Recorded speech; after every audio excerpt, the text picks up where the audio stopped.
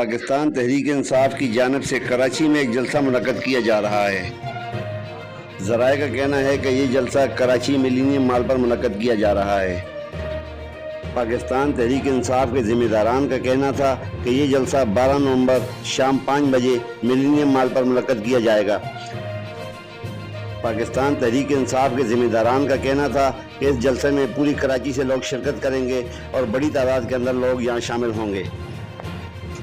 आइए हम आपको लिए चलते हैं जहां पाकिस्तान तहरीक इंसाफ इब्राहिम हैदरी टाउन के प्रेसिडेंट जनाब ताउस खान आवाम को वीडियो पैगाम के ज़रिए इस जलसे से आगाह कर रहे हैं।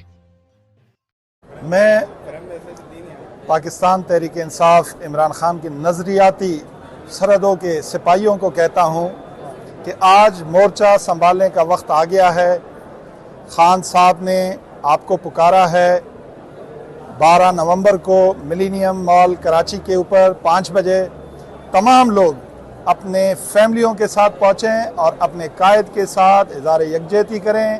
पाकिस्तान जिंदाबाद, इमरान खान पाइंदाबाद।